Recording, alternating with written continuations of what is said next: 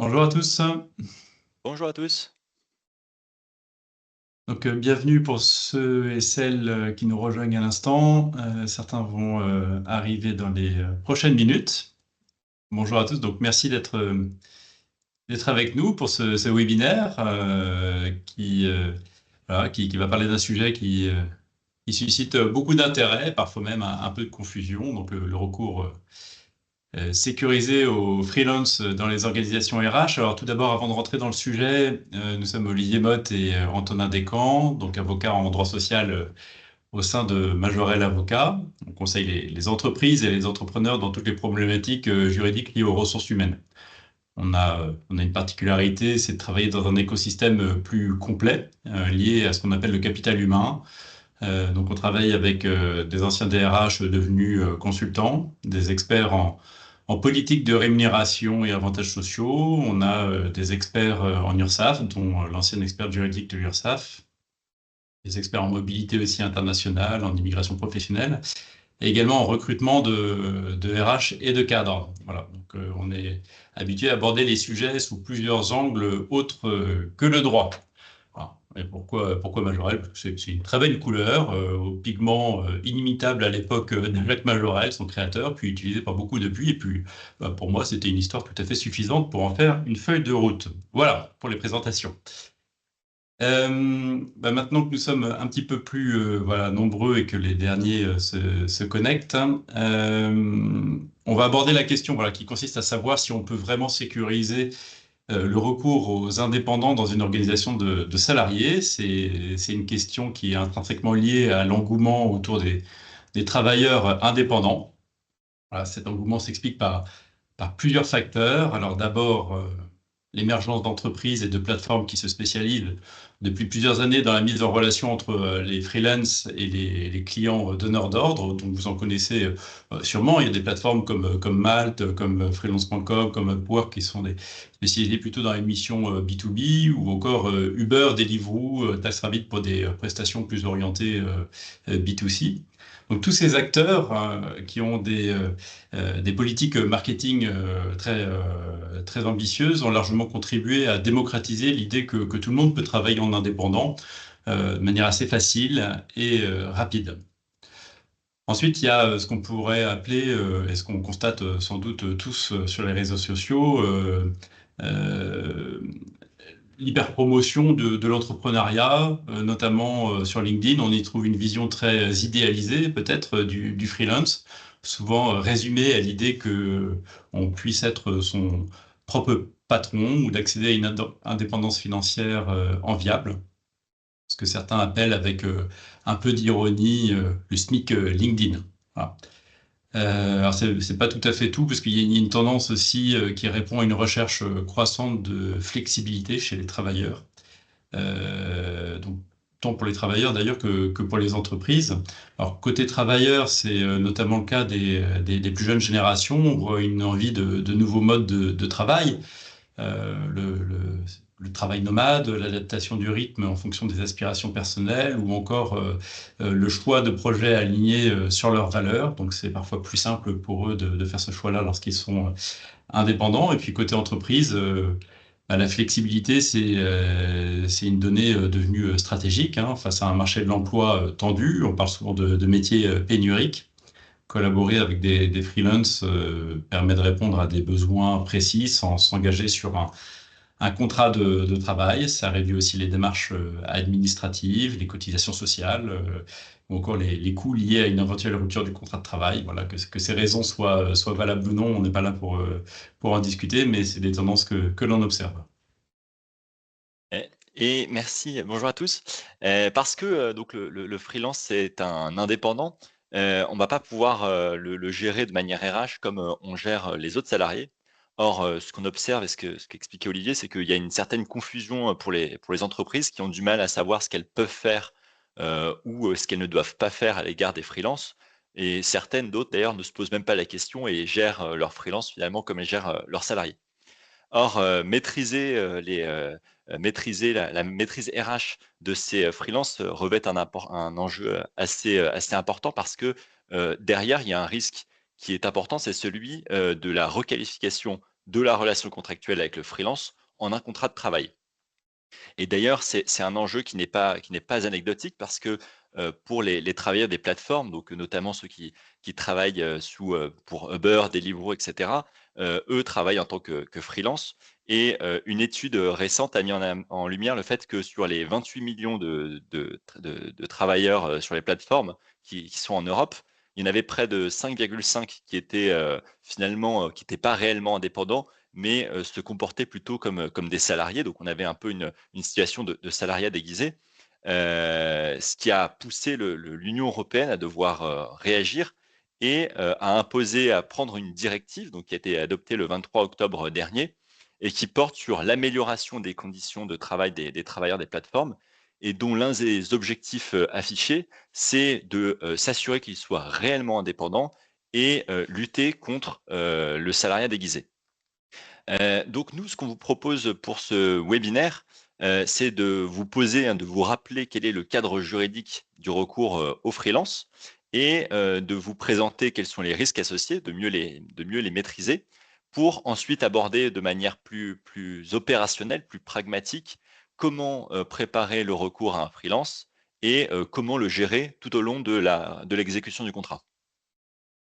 Alors, juste avant de commencer, ce qu'on n'abordera pas ce matin, c'est les sujets liés au portage salarial ou CDD à objet défini qui peuvent être des alternatives. On n'abordera pas non plus les stratégies de rémunération des freelances. C'est pas l'objet. Donc le webinaire est volontairement centré sur la sécurisation du recours à ces formes de collaboration dans un cadre RH déjà établi. Alors, en premier lieu, il est important voilà, de se rappeler quelles sont les similitudes et les différences fondamentales entre un freelance et un salarié. C'est une distinction importante à comprendre, notamment pour sécuriser les pratiques quotidiennes. Bon, tout d'abord, il y a des points communs entre les deux statuts. C'est dans les deux cas, la relation repose sur un contrat. Pour un freelance, c'est un contrat de prestation de service. C'est un contrat commercial finalement. Et pour un salarié, c'est un contrat de travail. Voilà, ça n'obéit pas au même code et au code du travail d'un côté, et puis au code civil et droit des sociétés de l'autre. Donc, dans les deux cas, il s'agit de fournir un travail, une mission avec une rémunération en contrepartie. Donc, à ce niveau, la structure de base est donc similaire, mais la grande différence, et elle est fondamentale, c'est le rapport de subordination, c'est ce qu'on appelle en droit du travail le lien de subordination, qu'on peut traduire finalement par, de manière opérationnelle par du management. Donc un freelance travaille de manière indépendante, il organise son activité comme il l'entend, ça c'est le principe, c'est la théorie, hein. On voit bien que dans le quotidien c'est un peu différent, donc c'est-à-dire que par principe il doit choisir ses propres méthodes de travail, ses outils de travail, ses horaires, le respect des termes convenus dans le respect des termes convenus dans le contrat. Et un salarié, lui, à l'inverse, est soumis, et on le rappelle assez peu, mais à l'autorité de l'employeur. Ça signifie que l'employeur a le pouvoir de lui donner des directives, de contrôler son travail, de le sanctionner si nécessaire. Donc il a le pouvoir finalement de lui dire comment travailler, par quelle manière atteindre un objectif. Donc c'est ce rapport de subordination qui distingue juridiquement le salarié du freelance. Donc voilà, on retient la notion clé, autonomie pour le freelance, subordination pour le salarié. C'est une frontière qui est essentielle à respecter. Si un freelance est placé dans une situation de subordination, il existe un risque réel, hein, que la relation soit requalifiée en contrat de travail. C'est des risques coûteux. Et ce risque de requalification s'examine au regard d'une technique qu'il vous faut absolument maîtriser, c'est la technique du faisceau d'indices. Donc effectivement, donc un juge peut être, amené, à analyser une, demande de requalification, d'une relation de prestation de service, la relation du freelance, en un contrat de travail. Donc la démarche, c'est bien souvent celle, du freelance qui souhaite, qui va solliciter la requalification et qui va devoir, lui, démontrer que finalement, la relation qui est présumée être, indépendante, s'exerçait sous un lien de subordination. Et qu'est-ce que va faire le juge, lui? Il va analyser de manière, il va analyser les conditions réelles dans lesquelles s'exerçait l'activité et il va rechercher s'il existait des indices, donc le fameux faisceau d'indices, pour savoir si, effectivement, il y a un lien de subordination qui existait à l'égard du donneur d'ordre. Donc le faisceau d'indices, parmi les indices, qui permettent de savoir si le salarié, si le freelance exerçait en tant que salarié ou non, qu'est-ce que va analyser le juge? Il va tout d'abord analyser si, le freelance recevait des directives, précises pour l'exécution de sa prestation ou au contraire, il était très libre dans sa manière de faire? Est-ce que le freelance se voyait imposer un lieu de travail? Est-ce qu'il devait venir travailler chez le donneur d'ordre? Ou au contraire, est-ce qu'il pouvait travailler de n'importe où? Est-ce qu'il devait répondre à des horaires de travail, ce qui pourrait laisser penser à un lien de subordination? Ou au contraire, est-ce qu'il était totalement libre de s'organiser comme bon lui semble? On va regarder également la fourniture de matériel. Est-ce que c'est l'entreprise donneur d'ordre qui fournit du matériel au freelance ou est-ce qu'au contraire, c'est le freelance qui a son propre matériel? On va regarder d'autres indices tels que l'adresse mail, est-ce que l'entreprise fournit une carte de visite, etc. Encore d'autres indices pertinents, il va y avoir la gestion des absences. Est-ce que le freelance est obligé de prévenir son donneur d'ordre qu'il va s'absenter? Ou au contraire, est-ce qu'il est suffisamment libre pour pouvoir, s'absenter sans avoir à en justifier? Autre, critère important, 2 autres critères importants, ça va être le premier, ça va être, est-ce que, le freelance a d'autres clients que son donneur d'ordre? Donc est-ce que, il a la possibilité d'avoir, différents clients en même temps? Ou est-ce qu'au contraire, lorsqu'il travaille pour un client en particulier, il est obligé d'accorder toute son activité uniquement pour lui? L'exclusivité, ça peut être un critère pour reconnaître, l'existence d'un contrat de travail. Dernier élément important, ça va être la rémunération. Est-ce que le freelance perçoit une rémunération forfaitaire identique tous les mois comme l'est en général un salarié? Ou est-ce qu'au contraire, il a une rémunération qui va dépendre, d'un moment sur l'autre en fonction de ce qu'il a accompli, au cours du mois? Voilà, donc ça c'est tous les critères, qui permettent, qui vont être analysés par le juge et de manière, pratique, si on prend par exemple la jurisprudence Deliveroo, c'est-à-dire qu'un certain nombre de livreurs ont pu avoir bénéficié d'une reconnaissance d'un contrat de travail. Pourquoi le contrat de travail a été reconnu? Parce qu'il était démontré que les livreurs n'avaient pas la liberté d'organiser leur activité, parce que c'est Deliveroo qui leur fournissait du travail, à l'exception qui leur fournissait du matériel. Donc, à l'exception du vélo, c'est Deliveroo qui leur fournissait une tenue, du matériel pour porter la nourriture, etc. Deliveroo exerçait un pouvoir de contrôle sur les livreurs, notamment au moyen de la géolocalisation et le lien de subordination ressortait également d'autres directives qui étaient posées par Deliveroo, qui imposaient par exemple, une formation préalable, qui fixait les conditions dans lesquelles devait s'effectuer la livraison. Donc, c'est bête, mais ne serait-ce qu'en imposant des formules de courtoisie, des délais, des diligences, etc. Et Deliveroo imposait également, un mode opératoire pour savoir comment, se passait, la livraison en amont, pendant et après. Donc tous ces indices ont permis au juge de considérer que les livreurs n'étaient pas indépendants, mais travaillaient en réalité sous la forme du salariat. Donc, une fois que, le juge a caractérisé enfin, lorsqu'on connaît, les la méthode pour savoir s'il existe un contrat de travail ou non, il est intéressant de se poser quels sont les risques. Et les risques, ils sont assez nombreux parce que le premier d'entre eux, ça va être, le plus évident, je pense, c'est le risque prud'homal. C'est-à-dire que le freelance va saisir le conseil de prud'homme pour solliciter, la requalification de son contrat en contrat de travail. Et les implications, elles sont nombreuses parce que tout d'abord, si la prestation s'effectue dans le cadre d'un contrat de travail, il va pouvoir solliciter des rappels de salaire, des rappels notamment d'heures supplémentaires, éventuellement des primes comme les autres salariés de l'entreprise.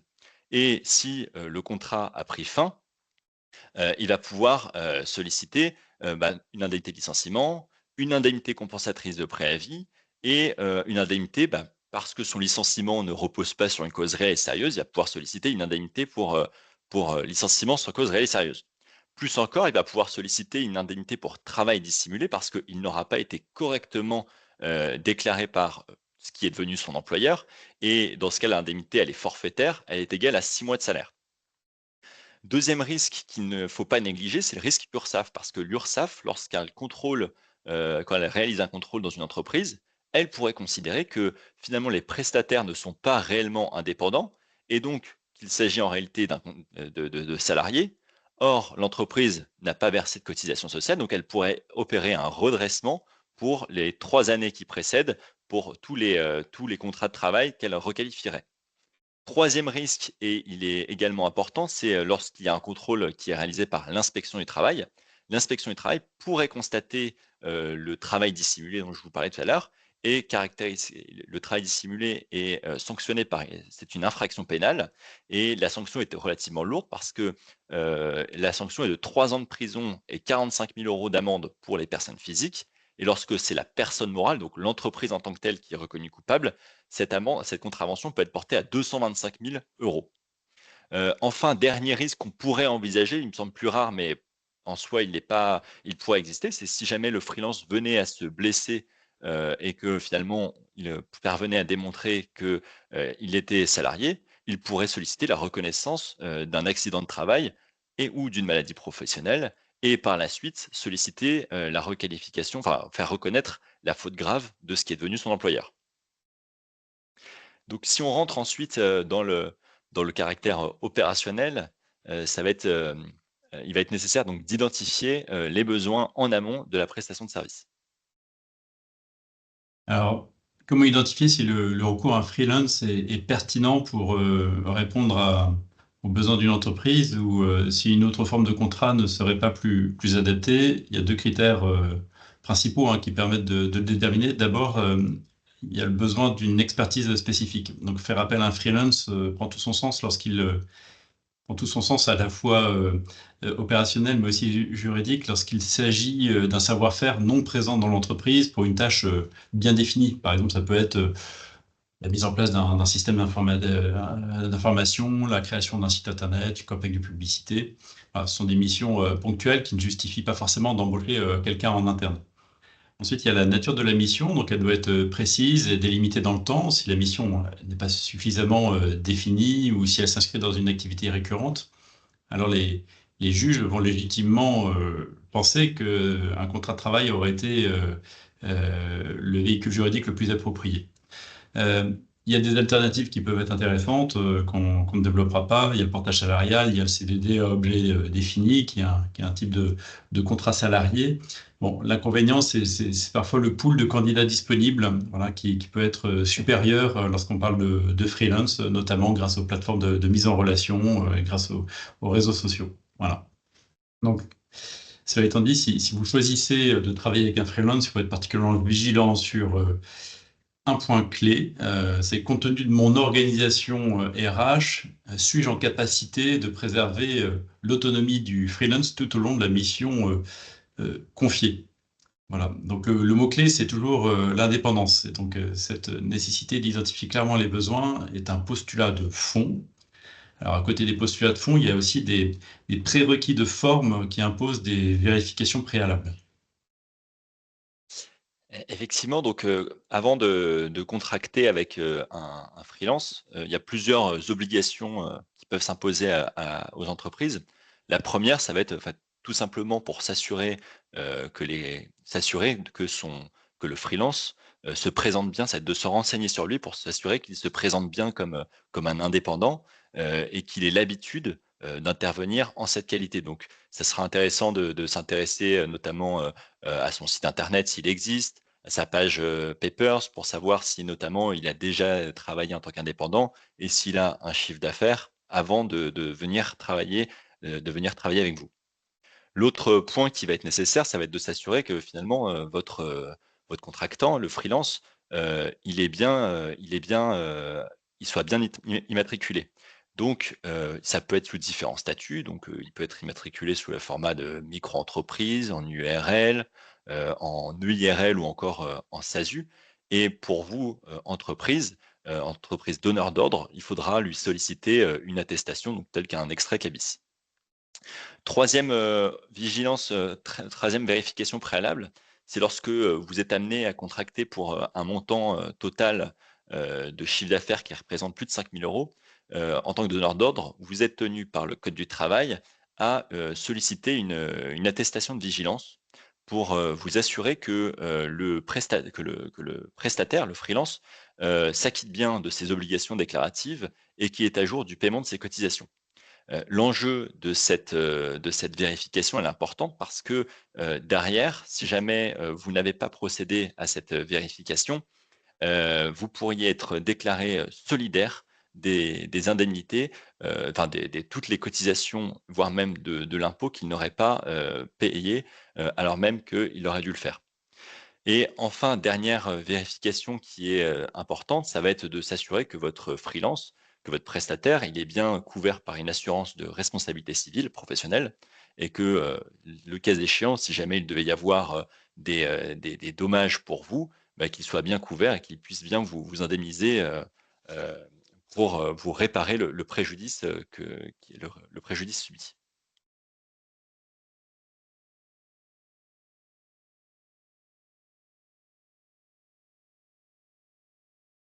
Alors, sur le temps passant, on va aller peut-être directement dans le cadrage de la mission, puisque l'objectif du webinaire n'est pas de savoir comment on va formaliser le contrat, c'est plutôt de savoir quel cadre on va lui donner. Euh, Comment on va passer du cadre un peu au recadrage de la mission. Lorsqu'on travaille en fait avec des freelances, le quotidien peut souvent ressembler à celui qu'on a avec des salariés. Cette approche comporte des risques, cela étant, parce que pour éviter tout doute sur le statut, sécuriser la relation, eh ben, il est essentiel d'adopter une posture de client-fournisseur. Voilà.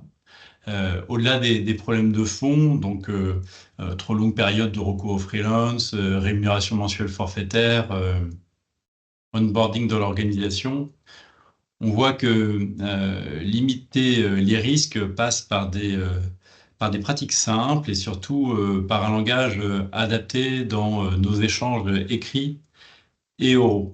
Donc, euh, il faut retenir que lorsque l'on est dans un contentieux de requalification d'un contrat de freelance en contrat de travail, la forme est extrêmement importante et les preuves qui sont utilisées, notamment par les demandeurs dans l'action prud'homale, sont des preuves souvent de pure forme, c'est-à-dire des emails, des SMS, des WhatsApp. C'est également des attestations de collaborateurs ou d'autres indépendants. Ce sont ces preuves-là qui vont être utilisées. Et c'est très frustrant pour le donneur d'ordre puisqu'il s'agit de preuves finalement qui ne euh, transcrivent pas fidèlement l'intégralité de la collaboration, qui est finalement la face immergée de l'iceberg. Alors, qu'est-ce qu'il convient de faire? Ben, en fait, il faut parvenir à définir précisément les attentes en tant que donneur d'ordre, les besoins, sans imposer les moyens. Donc, tout commence par la définition des besoins. On va vous donner juste des petits éléments de langage. Le but, c'est de s'acculturer à la manière d'écrire et de parler pour se préserver justement des preuves défavorables. Bon, par exemple, si vous avez une préférence pour un outil particulier, disons Excel, au lieu de dire, bon, est-ce que tu pourrais utiliser Excel, ça serait quand même plus simple pour nous dans la collaboration. Il vaut mieux préférer des sémantiques comme, bon, à titre d'information, le traitement de nos données nécessite une compatibilité simple et efficace avec Excel pour ne pas nous désorganiser. Vous ne demandez rien, votre besoin, il est clairement exprimé, ça met plutôt en avant votre besoin, pas de directive, pas d'ordre, tout en respectant l'autonomie du freelance. Euh, Idem, il faut savoir ajuster les priorités sans paraître directif, tout en donnant, on va dire, avec tact, de manière délicate, du feedback. Alors que le feedback, on va toujours vous dire, non, non, mais c'est proscrit dans le cas du freelance. Non, en fait, on peut quand même donner un retour, un point de vue, un retour d'expérience sur la manière dont on collabore. Voilà. La question vient quand on identifie un besoin de changement en cours de projet. Donc, j'ai contracté avec mon freelance. Je suis d'accord sur un livrable, mais l'enjeu, c'est d'ajuster un peu les choses, de formuler l'enjeu, c'est de formuler une demande de manière un peu plus collaborative. Alors évidemment, ce qu'on va proscrire de manière un peu caricaturale, c'est d'éviter, voilà, de dire, bon, bah, ce point est insuffisant, il me semble perfectible, est-ce que tu peux apporter des ajustements rapidement? Et même si on est poli et qu'on dit, penses-tu pouvoir y apporter des ajustements rapidement? On peut, dans un cumul de preuves, caractériser un élément de lien de subordination qui est la directive. Donc, Je pense qu'il faut préférer des sémantiques plus indirectes en disant, bah voilà, en l'état, le livrable ne correspond pas au cahier des charges. Quelle suite proposes-tu? Ou alternativement, bah, ce livrable est une bonne base pour nous. Voilà, voici quelques suggestions pour que cela corresponde mieux à nos attentes ou au cahier des charges. Voilà. Donc il faut toujours mettre le poids du corps sur les besoins, tout en respectant l'expertise du freelance. Alors, comment on fait quand il s'agit aussi d'organiser des échanges dans un cadre finalement assez rigide, assez imposé, mais sans imposer des horaires fixes aux freelance? Vous voyez que c'est incompatible de rentrer dans ces rapports aux horaires de travail. D'ailleurs, soit dit en passant, même quand on est salarié et quand on est en forfait jour, on peut se voir aussi imposer une certaine forme de présence dans les locaux. Alors ça, c'est tout à fait proscrit en matière de freelance. Donc, si vous devez planifier une réunion, il est crucial de préserver cette souplesse du freelance. Donc, on évite de dire, bon, on fait un point collectif tous les mardis à 10 heures, il faut que tu y sois, ou il est nécessaire que tu y sois. Ne serait-ce que dans un échange de SMS ou de WhatsApp, il faut l'éviter. Voilà, il est préférable, voilà, d'apporter un petit peu de rondeur en disant, notre organisation prévoit un point collectif d'étape pour aligner toutes les parties prenantes. Pour information, ça c'est important, ce point a lieu tous les mardis à 10 heures. Voilà, je te laisse me dire si tu penses que ton regard extérieur peut participer à l'efficacité de nos décisions internes. Alors, je vous imagine déjà en train de dire, mais ça, c'est pas un message WhatsApp, c'est pas un SMS. Mais pour autant, vu le coût derrière du risque de requalification, ça vaut bien la peine de consacrer un tout petit peu plus de temps à la rédaction de vos messages. Voilà, surtout le but, c'est de montrer que vous coordonnez sans imposer, et puis vous renforcez une logique de collaboration, de partenariat. Et je pense que n'importe quel freelance assez bien câblé comprendra que finalement, ce point, il est quand même nécessaire et imposé. Alors, gérer les retards, hein, c'est pas simple non plus, ou les imprévus de manière constructive, hein, c'est pourtant important. Qu'est-ce qu'on peut faire pour recadrer un freelance qui ne délivre pas, voilà, qui ne délivre pas à temps? Bah, pareil, on va être dans une logique plutôt de proactivité de sa part. Donc, on va éviter les phrases du genre bah, j'ai vu que le planning dérape, on prend du retard. Est-ce que tu peux rattraper ça rapidement? Alors, même si on est un peu moins injonctif et qu'on dit penses-tu pouvoir rattraper ça rapidement? C'est du pareil au même. Bon, ce qu'il faut adopter comme logique, c'est se rapprocher du cahier des charges, du planning initial, évidemment, qu'il aura fallu bien définir, et toujours dans l'expression du besoin. Par exemple, on pourra préférer la formulation bon, nous avons noté un décalage par rapport au planning initial ou initialement convenu. Nous avons besoin d'être assurés et sécurisés sur les délais de livraison finale. Quelles sont les solutions que tu envisages? Voilà. Donc, on n'est pas dans l'injonction, on est dans le questionnement. Et le questionnement appelle une proactivité du freelance. Donc, on recherche chez le freelance finalement sa proposition de solution sans pression managériale. Donc, dans l'art de cadrer, mais surtout de recadrer, on va être très attentif à toute une panoplie d'éléments de langage qui nécessitent des efforts sémantiques. On parle toujours plutôt d'objectifs, de livrables à atteindre et pas de tâches à exécuter. On parle de délai de livraison et pas d'horaire ou autre. On ne parle jamais d'intégration dans l'équipe, on parle de collaboration sur le projet. D'ailleurs, on ne va pas parler de supervision de tel directeur, de tel manager. On va leur donner une qualification de responsable du livrable ou du chef de projet. On va parler évidemment de période de collaboration plutôt que de durée du travail. On va parler de réunions de coordination plutôt que de briefing régulier. D'ailleurs, pensez aussi à intégrer des sous-objectifs dans le livrable du freelance parce que vous ne pourrez pas écrire ni dire ni suggérer qu'il y a des rapports réguliers, du reporting, des points d'étape. Donc, privilégiez plutôt le suivi, la communication des résultats et de sous-objectifs, d'où l'importance de se donner des sous-objectifs, donc de calendariser un peu la mission. Et s'il s'agit aussi de travailler de manière adaptée à vos process et à vos méthodes, hein, c'est vrai qu'il est tentant de dire, on vous demande d'utiliser tel et tel outil, de telle méthode de travail. Bon, il faut essayer de réfléchir à des formulations, on va dire, un brin plus évasives, comme on vous demande voilà, on suggère de proposer des solutions adaptées à notre organisation, celle du donneur d'ordre, et à nos méthodes, au lieu de demander aux freelance d'appliquer les process de l'entreprise. Donc vous voyez la logique. La logique, c'est une logique qui ne nous interdit pas de recadrer s'il le faut, mais quand on recadre, c'est toujours en exprimant son besoin, en se référant au cahier des charges, en se référant au calendrier initial. Donc on adopte une posture toujours orientée sur besoin et résultat, ce qui renforce la logique client-fournisseur plutôt que sachant à préposer, qui est la logique du contrat de travail. Voilà. On assume que l'objectif, c'est de facialement valoriser l'autonomie du freelance. Voilà. Donc ça, c'est des éléments de forme qui deviennent prépondérants, surtout quand les choses se déroulent mal et qu'elles imposent, par exemple, de clôturer prématurément la mission confiée au freelance. Alors, je vois qu'il y a des questions qui apparaissent dans le fil de conversation. Ce qu'on vous propose, c'est on les garde et puis on les abordera en fonction de notre temps à la fin de notre webinaire. Donc effectivement, il peut arriver que la mission ne se déroule pas comme, elle était attendue et ça nécessite, d'y clôturer de manière, anticipée.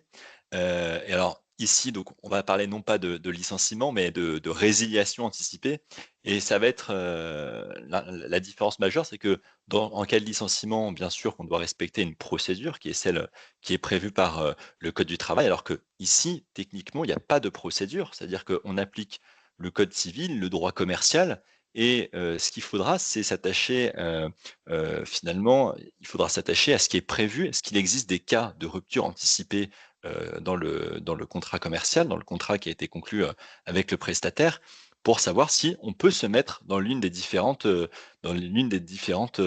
hypothèses qui ont été anticipées. Donc, dans ce cas-là, ça va prendre la forme, non pas d'une lettre de licenciement, mais tout simplement une lettre de résiliation.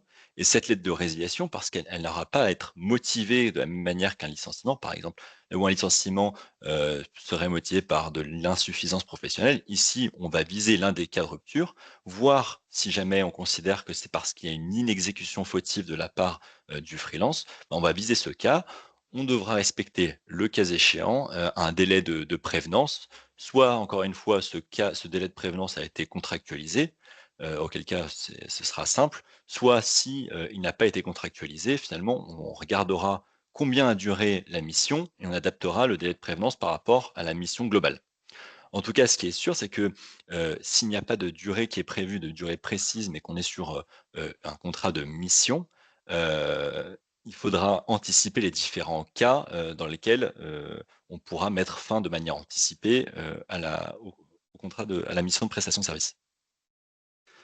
Heu, enfin, dernière attention, on avait commencé, on devait l'aborder, ça concerne également la formalisation du contrat de prestation de service. Ça paraît aussi basique, donc on l'a dit, il faut anticiper les cas de rupture, mais de manière générale, il faudra, faire attention au contrat, aux termes que vous allez utiliser. C'est-à-dire que dans votre contrat de prestation de service, il y a des inf faudra je ne sais pas si vous y avez recours, mais il faut déjà tout simplement éviter d'avoir, à laisser des indices dans ce contrat, notamment par exemple le terme d'employé, de faire référence à des congés et cetera.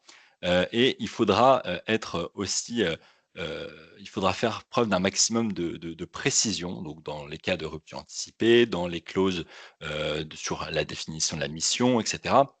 Et ça peut être utile de rappeler, que, le prestataire, intervient de manière indépendante et qu'il n'y a pas de lien de subordination.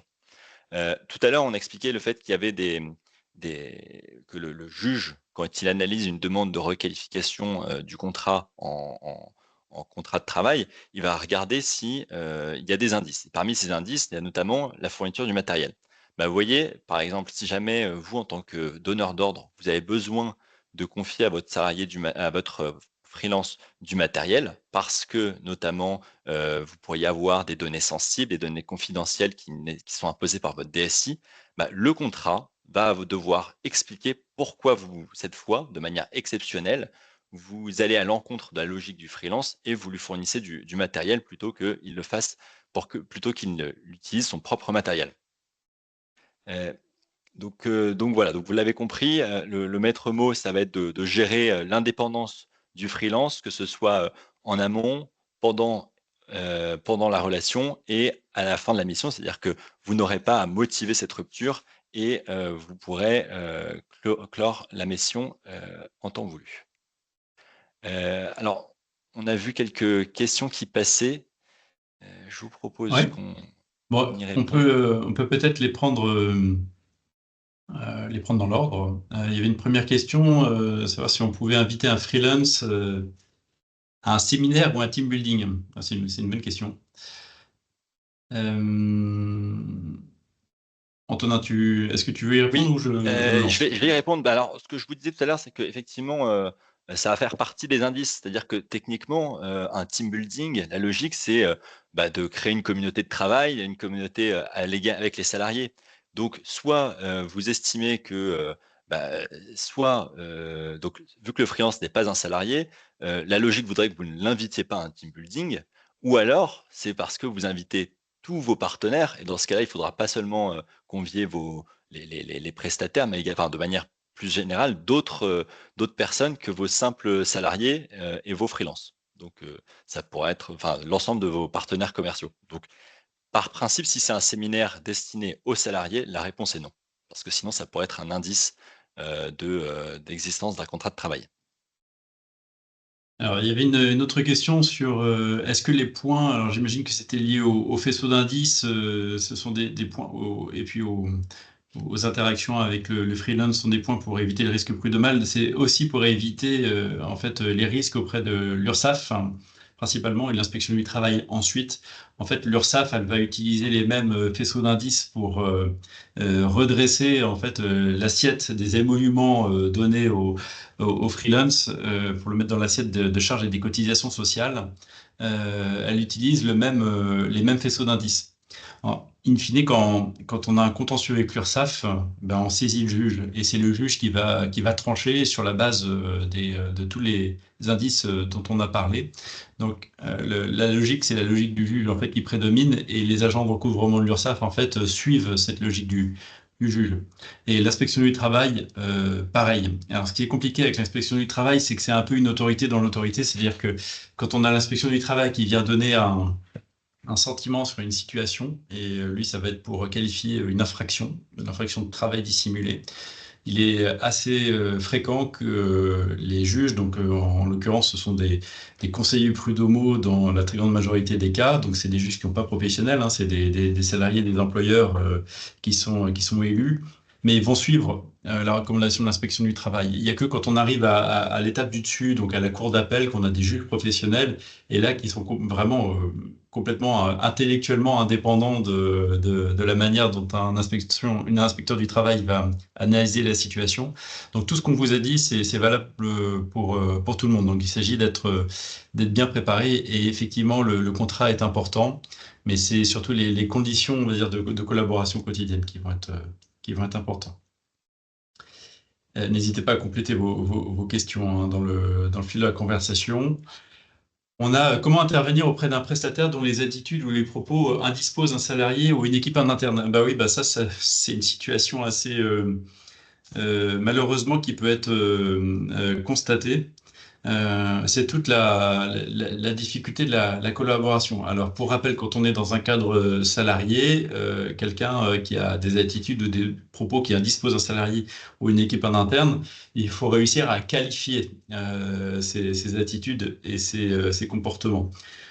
Pour ce faire, ben, il y a plusieurs situations dans lesquelles on peut se retrouver.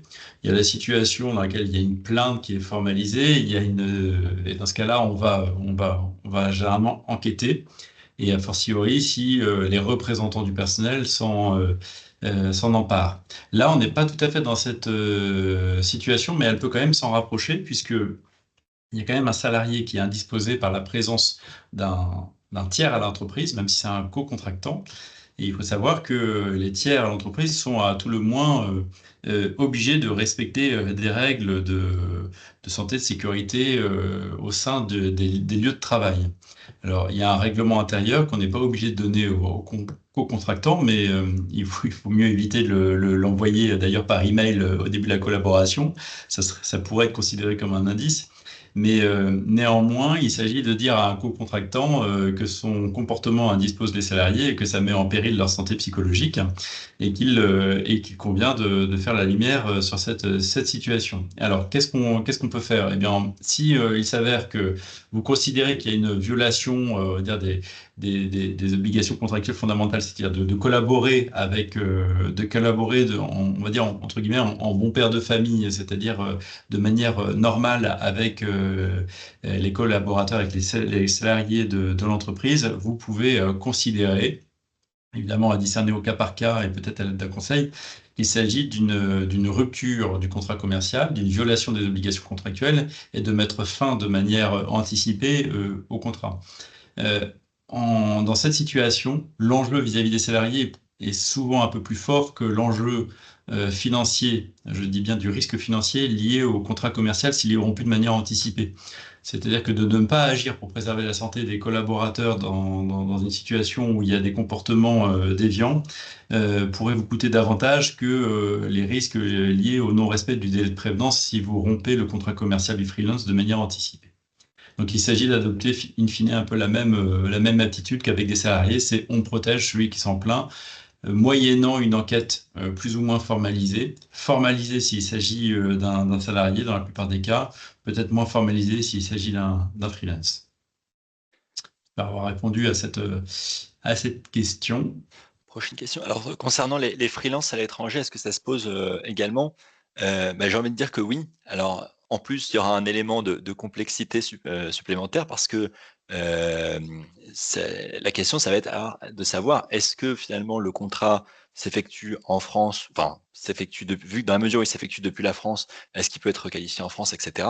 Donc, oui, en tout cas, parce que de la même manière qu'il y a le télétravail, c'est possible de reconnaître un contrat de travail finalement à l'étranger et il va falloir, à la fois gérer le risque, sur place où est situé, le freelance et depuis la France où il pourrait considérer que de la mesure où, les ordres lui étaient donnés depuis la France, le contrat de travail français existe. Alors, on a Concernant vas-y Pardon, Olivier. je t'ai interrompu. Non, j'allais passer à la question suivante qui est Oui, intéressante oui, sur moi aussi. l'utilisation des outils de mise à disposition de matériel comme le CRM ou l'outil de prospection. Donc, est-ce que c'est considéré comme de la mise à disposition de matériel? En fait, je pense pas que ce soit l'indice qu'il faille retenir ici. Est-ce que c'est la mise à disposition de matériel ou pas? Euh, je pense que ça n'en est pas intrinsèquement l'utilisation d'un outil. En revanche, la question qui se pose, c'est de savoir est-ce que le recours à cet outil peut s'apparenter à un cadre de travail imposé qui pourrait s'apparenter à des directives et si on ne le faisait pas, à la capacité d'en sanctionner l'inexécution. C'est un peu finalement, on pourrait se dire, c'est un peu comme la plateforme Deliveroo qui donne un peu un canevas et qui dit à l'indépendant ou au présupposé indépendant comment il doit travailler. Alors la difficulté du CRM ou de l'outil de téléprospection, c'est qu'il donne un canevas. Donc, si l'objet du recours au freelance, c'est effectivement de faire de la prospection commerciale, on peut comprendre que ça doit être fait dans un ensemble organisé qui est respectueux des méthodes et de l'organisation de la société de noces d'ordre. C'est ce dont on a parlé il y a quelques instants. Donc, en tant que tel, demander à ce qu'on utilise les mêmes outils, le CRM et l'outil de téléprospection, c'est pas en soi quelque chose d'effrayant ou en tout cas contraire à l'idée d'indépendance. Néanmoins, il va y avoir quand même un sujet particulièrement important à respecter, c'est comment je compense cette imposition d'une méthode de travail par peut-être un peu plus de poids du corps dans la liberté que le freelance va avoir de compléter son CRM, son outil de téléprospection. Un outil de téléprospection, ça fait apparaître très souvent le nombre d'appels, le nombre de contacts qu'on a eu en une journée, et il peut y avoir des objectifs de prospection associés. Donc ça peut être des sujets effectivement qui sont un peu plus à risque. Le CRM, c'est ni plus ni moins que de demander à des personnes de renseigner qui ils ont appelé, etc., pour éviter des overlaps, des doublons, des mises en des entrées en contact malheureuses deux ou trois fois de suite par des personnes différentes. Donc on peut comprendre l'objectif. Simplement, il va toujours falloir vérifier si on n'impose pas une cadence, des rythmes, des objectifs qui pourraient s'apparenter à un travail subordonné. Donc c'est une question d'appréciation au cas par cas. S'agissant le cas du freelance qui refuse le contrat de travail, heu, si jamais la situation se présente, c'est de la même manière que si vous avez recours, à un de vos anciens salariés, je pense qu'il faudra être d'autant plus, vigilant. C'est-à-dire qu'en fait, si vous avez proposé un contrat de travail, au freelance et qu'il le refuse, ça veut dire que potentiellement, vous aviez un besoin plutôt d'un contrat de travail, d'un salarié et finalement vous avez recours à un freelance et dans ce cas-là, ce qu'il va falloir faire, c'est, accentuer sur, les indices qui matérialisent son indépendance. Donc il faudra vraiment, faire, d'autant plus preuve de flexibilité, de s'assurer qu'il exerce réellement comme freelance pour ne pas, maintenir l'ambiguïté qui pourrait exister, entre, votre besoin et finalement les conditions d'exercice. Concernant la dépendance économique, du freelance, effectivement, c'est on le disait, ça fait partie des indices, parce que, finalement, plus une personne travaille pour une autre, enfin, c'est-à-dire que si jamais elle n'a pas le temps de développer, à côté son activité, c'est-à-dire que le risque de subordination, est plus grand. Donc il n'y a pas à proprement parler, de ratio à avoir, il n'y a pas un seul, parce qu'en fait, ça fait partie d'un indice parmi d'autres, mais ce qui est sûr, c'est que, plus, vous allez avoir entre guillemets «une exclusivité», du chiffre d'affaires qui est réalisé par le freelance auprès de vous, donneur d'ordre, plus le risque de reconnaissance d'un contrat de travail est élevé et donc plus vous allez devoir, accentuer, les autres indices pour le mettre, pour l'inciter à la fois à développer son indépendance, à la fois, à ce qu'il puisse, à ne faire plus attention, ne pas lui donner d'ordre et cetera.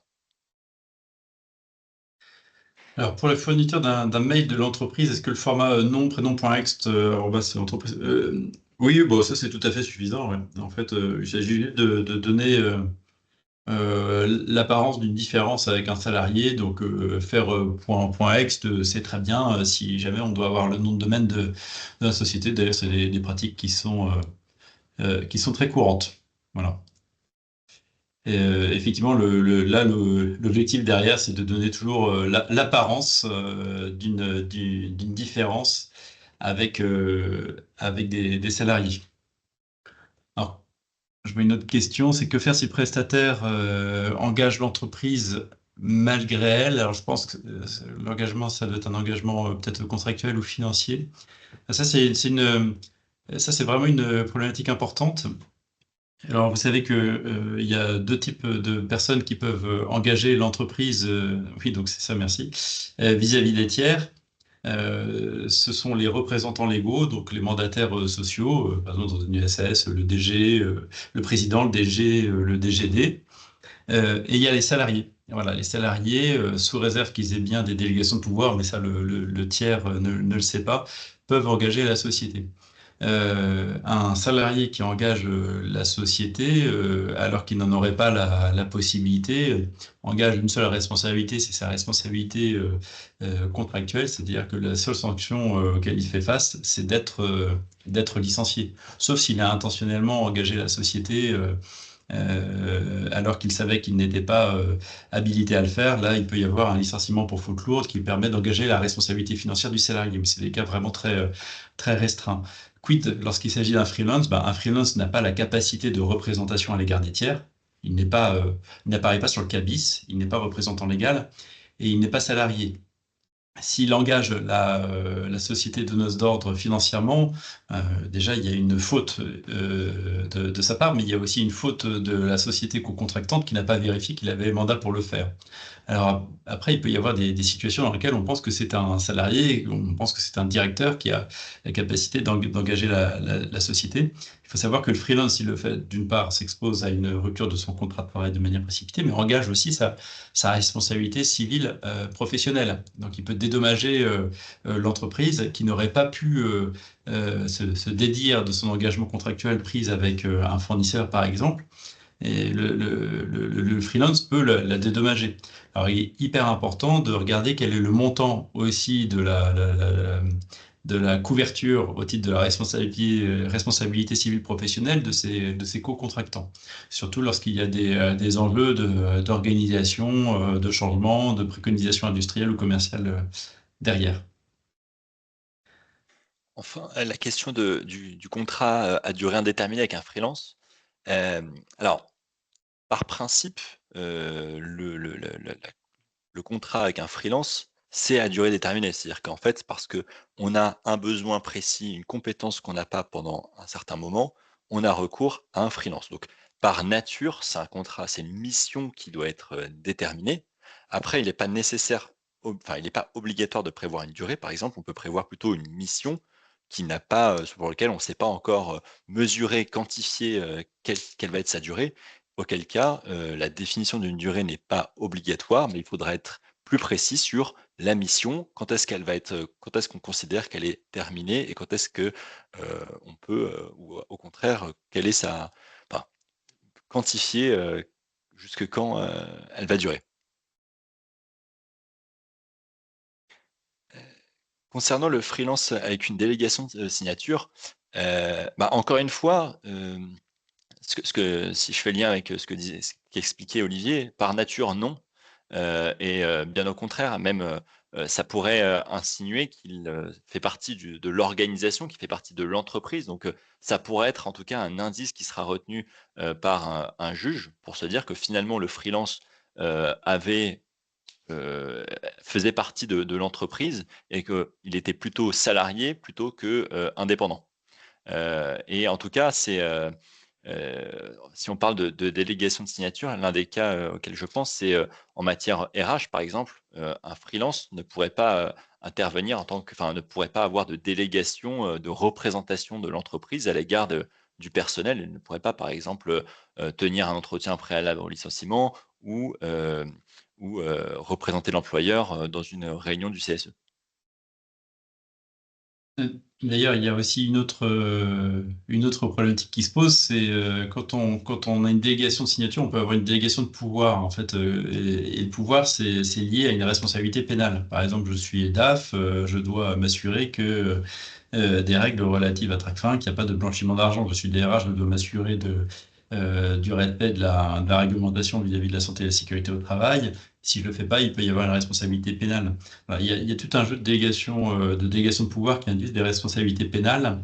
Et le freelance, la question se pose, est-ce que lui, il peut engager la société au titre de sa signature pour justement satisfaire à ses obligations? Et en fait, il va y avoir une problématique, c'est qu'une délégation de pouvoir, par exemple, n'est valable que si on a l'autorité suffisante et les moyens nécessaires. Or, si on n'a pas ça, on n'est pas en capacité de recevoir ce pouvoir et donc d'être légitimement délégataire. Donc il va y avoir une limite à la capacité d'un indépendant à engager la société par sa signature, notamment pour des considérations de compliance, de santé, de sécurité, mais aussi financière. Alors, est-ce un freelance peut être un manager? Non, il peut pas être un manager. Il peut pas manager, il peut pas superviser le travail de quelqu'un d'autre, sauf dans les cas très précis de management de transition, dont c'est vraiment la fonction pour un temps restreint. La jurisprudence est quasiment absente hein, sur le management de transition. On peut le faire, mais le management de transition repose sur des véhicules juridiques qui sont différents de ceux qu'on a évoqués là à l'instant. Est-ce qu'il peut faire Est-ce qu'il peut engager une dépense? Dans le cadre restreint du contrat commercial, c'est envisageable. Si on parle de dépenses, si on parle d'investissement et de contrats assez importants, ça sera sans doute limité. Mais on peut demander effectivement à une autre société, parce qu'un freelance est une société, on peut demander à d'autres sociétés d'être co-contractantes. Mais à la fin, quand même, il faut qu'il y ait une signature du donneur d'ordre dans le contrat conclu et dans la dépense conclue. Voilà. Donc, il peut vous aider à faire des dépenses, mais est-ce qu'il peut engager des dépenses, avoir une carte bleue? Bah, oui, mais il n'en assumera pas la responsabilité. Ce sera vous qui serez, enfin, vous, donneur d'ordre, qui serez tenu in fine pour responsable et pas lui. Voilà pour les questions. On s'approche plus ou moins de la fin de notre webinaire. On reste avec Antonin et moi-même disponible si vous avez des questions complémentaires à la fois sur le fond et la forme. Il y a évidemment beaucoup de situations que l'on n'a pas abordées, des situations vraiment intégrées qui nécessitent des examens au cas par cas. Ce qu'on souhaitait que vous reteniez dans tous les cas, c'est que au-delà de la préparation du contrat commercial et des considérations de fond, il y a beaucoup de contentieux qui peuvent être évités pour des considérations de forme et des éléments de langage notamment. Et lorsqu'il s'agit d'être très concret, d'inviter à un séminaire, de faire ci ou de faire ça, pensez toujours à exprimer un besoin. Et si votre freelance est suffisamment cortiqué, il comprendra bien qu'il a intérêt à satisfaire vos attentes. Voilà. Mais écoutez, un grand merci en tout cas, et nous vous souhaitons Merci à tous. une bonne fin de journée. Au À bientôt. revoir. À bientôt. Au revoir.